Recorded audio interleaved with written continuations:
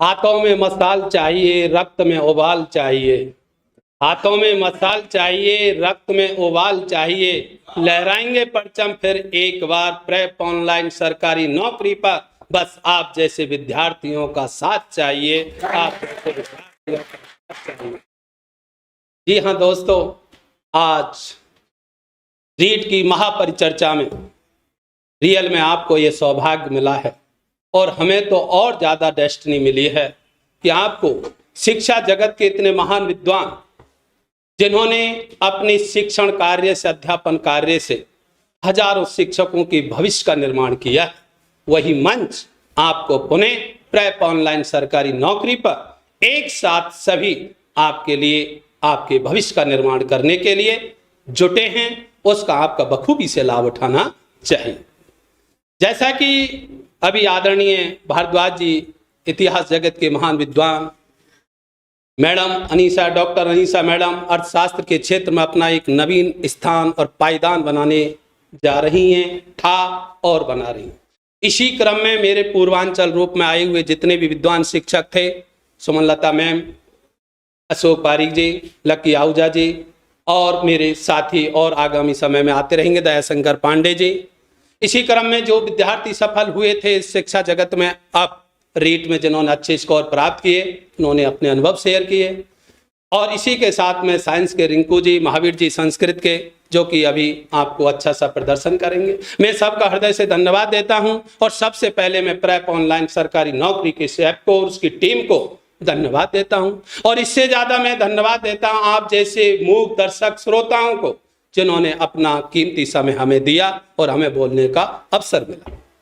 इसी के साथ में अब मैं क्या कहूं, हालांकि देखिए सभी विद्वान अपने अपने विषय का अच्छे से व्याख्या, वर्णन, विश्लेषण कर रहे थे, और कम समय में आपकी धरातलीय स्थान पर अपनी विगत शिक्षण कार्य का अनुभव शेयर कर रहे थे, ताकि आप अल्प समय में समय और धन की बचत करते हुए एक शिक्षक बनने के सपने को साकार कर सके। फिर भी मैं इतना कहना चाहूंगा, कोई भी विषय, एक विषय सफलता नहीं दिलाता। हर विषय का समान अंक भार होता है। कोई कहे यह कठिन है, कोई कहे यह सरल है, मैं इसको ज्यादा पढ़ लूंगा, मेरी रुचि साइको में नहीं है, मेथड में नहीं है, नहीं पढ़ूंगा। क्यों? रुचि नहीं है। अरे आपकी रुचि से क्या होता है? अंक तो 75 अंक के हैं। रुचि का विषय नहीं है, विषय है सफलता में बराबर अंकभार देने वाले विषयों का। अरे कठिन विषय को समय दो, ज्यादा से ज्यादा समय दो, एक दिन वो भी रुचिकर हो जाएगा। रुचि नहीं है इसलिए कठिन है, कठिन इसलिए क्योंकि रुचि नहीं है। तो रुचि और कठिन दोनों एक दूसरे के पूरक है। तो प्रिय विद्यार्थियों, शिक्षण विधियों का इस शिक्षक भर्ती परीक्षा के लिए महाभूमिका होती है। क्यों? कि शिक्षण विधि हर विषय में है। ईवीएस के अंदर देखो, चाहे रीट लेवल फर्स्ट में देखो, सेकंड में देखो, पर्यावरण में 5th और 6th नंबर की यूनिट है, गणित में 5th और 6th नंबर की यूनिट है, एसएसटी में 5th और 6th नंबर की यूनिट है, हिंदी में 5th और 6th है, संस्कृत में 5th और 6th है, इंग्लिश में 5th 6 है, और साइको में भी अंतिम जो यूनिट होती है वो भी शिक्षण पेडागोजी के रूप में जानी जाती है। ऐसी स्थिति में लगभग 45 मार्क्स होते हैं शिक्षण विधियों के। उनमें 20 मार्क्स शिक्षण विधि को काट दिया जाए तो साइको के होते हैं। लगभग 65 से 75 का स्कोर शिक्षण विधियों के लिए बहुत बड़ी भूमिका निभाता है। प्रिय विद्यार्थियों, शिक्षण विधि, शिक्षा मनोविज्ञान, इसका मतलब यह नहीं है कि हमने इन विषयों को ही दिन और रात पढ़े, नहीं। हर विषय अपना महत्वपूर्ण भूमिका निभाता है, चाहे हिंदी हो, चाहे संस्कृत हो, चाहे इंग्लिश हो। हर विषय का अपना अंक भार होता है, और हर विषय को सरल, स्पष्ट, रोचक, प्रभावी, हृदयग्राही, आत्मसात, बोधगम्य और स्थायी बनाने के लिए till late at night the wine toil, देर रात तक तेल जलाकर मत्स्यार्थी को रिझाना पड़ता है। कोई भी सफलता बख्शीश से, दया से, अनुदान से नहीं मिलती। उसके लिए हमें हार्ड वर्क की, विज्ञान की चिकनी कसौटी पर कसना होता है। तो उसका कोई विकल्प नहीं होता, शॉर्टकट कोई भी नहीं होता। हालांकि मेरे अल्प समय में मैं आपको इस विषय की क्या व्याख्या करूं, लेकिन मैंने यहाँ कुछ ऐसे विषय लिखे हैं जिनमें अधिकांश 11, 12, 15, 17 की जो भी एग्जाम हुआ है, इनमें अधिकांश इनमें से क्वेश्चन पूछे गए हैं। हालांकि मैं इनकी बहुत समय व्याख्या चाहिए, आप देर हो रही है, डाटा भी नष्ट हो रहे हैं, आप भी अधीर हो गए होंगे, कई लंबे समय से चल रहे हैं। लेकिन इतना कहना चाहता हूं, मापन मूल्यांकन सीसी, मापन मूल्यांकन सीसी ही शिक्षण की विधियां, शिक्षण सहायक सामग्री, ये 5 टॉपिक ऐसे हैं जो हर 5 विषय के अंदर पूछे जाते हैं। एक विषय को अच्छे से तैयार कर लीजिए, आप 5 विषय में हिट करेंगे। वो बालक सफल नहीं होता जो दिन और रात हार्डवर्क करता है, देर रात तक पढ़ता है, बहुत बड़ी किताबों से पढ़ता है, डूबा रहता है। सफल वो होते हैं जो कौशलतापूर्ण तरीके से सृजनात्मक रचनात्मक कौशल चिंतन करते हुए स्मार्ट स्टडी करते हैं, एक तीर से अनेक शिकार करते हैं, एक तैयारी से अनेक प्रतियोगिता पास करते हैं, एक विषय से अनेक विषयों से सहज संबंध स्थापित करते हैं। वो बच्चे सफल होते हैं। इसलिए मैं ज्यादा समय ना लेते हुए इतना कहना चाहूंगा कि आप जिंदगी में सफलता मिले या ना मिले, जिंदगी में सफलता मिले या ना मिले, ये सब मुकद्दर की बात है, परंतु हम मेहनत ही ना करें यह तो और भी गलत बात है, यह तो और भी गलत बात है।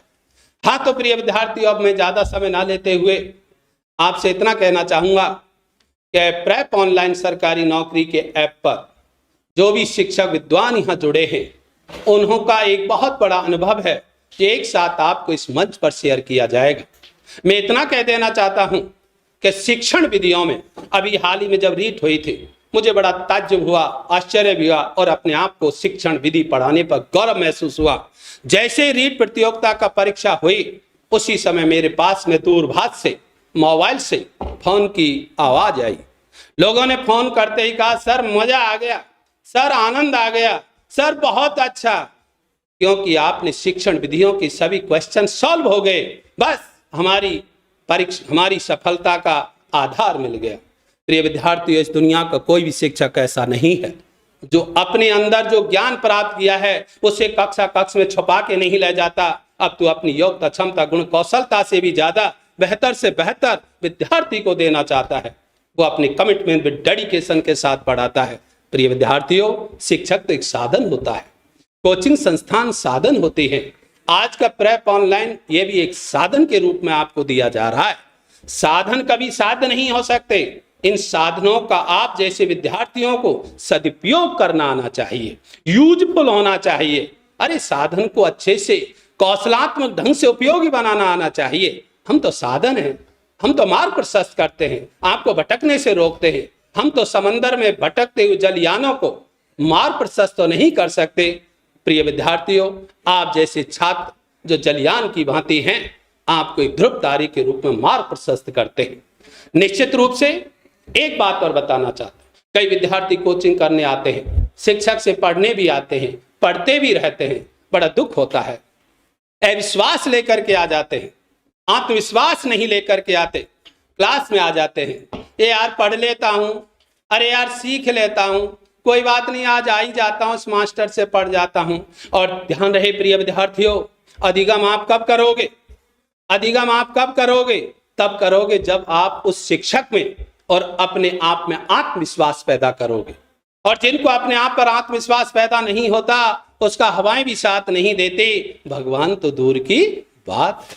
प्रिय विद्यार्थियों, सबसे पहले उस शिक्षक के शिक्षण में, सबसे पहले उस शिक्षक के शिक्षण में, उसकी विषय वस्तु में, और फिर अपने आप में विश्वास पैदा करें कि मुझे इस मंच से हर हाल में नौकरी लगकर जाना है। जिसको यह विश्वास पैदा हो जाएगा, वो ज्यादा से ज्यादा उसकी विषय वस्तु को पढ़ेगा, ज्यादा से ज्यादा हार्डवर्क करेगा, till late at night the one toil, देर रात तक उसे पढ़ेगा, और ज्यादा पढ़ेगा वो अधिगम होगा। जितना अधिगम होगा वो स्मरण में होगा, जितना स्मरण में होगा उतना ही वो एग्जाम हॉल में प्रश्नों का प्रत्युत्तर दे सकेगा। इसी के साथ में मैं ज्यादा समय ना लेते हुए आपको गुड नाइट करता हूं, और आपके बीच में वापस यह अपना जो मैंने बताया था, आइए हमसे जुड़िएगा। आपको जब यहाँ प्रॉपर वे में लाइव क्लास लेंगे, तब आपके दुख दर्द, सीने में जलन और पीड़ा को भी दूर करेंगे। एक बार आओ तो सही, मिलो तो सही, बातें तो करो, मुलाकात करो, रास्ते हम स्वयं बना लेंगे। इसलिए मैं कहना चाहूंगा, जिंदगी एक बहार है, सूरज से निकलते रहिएगा। जिंदगी एक बहार है, सूरज से निकलते रहिएगा। एक पैर पर खड़े होंगे तो थक जाओगे, अरे धीरे धीरे ही सही, मगर जिंदगी की राह पर आगे बढ़ते रहिएगा, आगे बढ़ते रहिएगा। थैंक यू, धन्यवाद मुझे अवसर दिया। थैंक यू प्रेप ऑनलाइन का, सभी विद्वान शिक्षकगण का, टेक्निक टीम का। बहुत बहुत धन्यवाद। और सुमन लता यादव की इस यूट्यूब चैनल पर ध्यान रहे प्रिय विद्यार्थियों, मैंने भी हाल ही में इस भौतिकता के युग में अपना यूट्यूब चैनल पर आरंभ किया है, doctor boot Singh study point. इसकी शुरुआत है, आगाज तो अच्छा है, अंजाम खुदा जाने। नहीं, अंजाम भी पैदा करके रहूंगा इस सरजमी पर, बस आप जैसे विद्यार्थियों का साथ चाहिए। Thank you.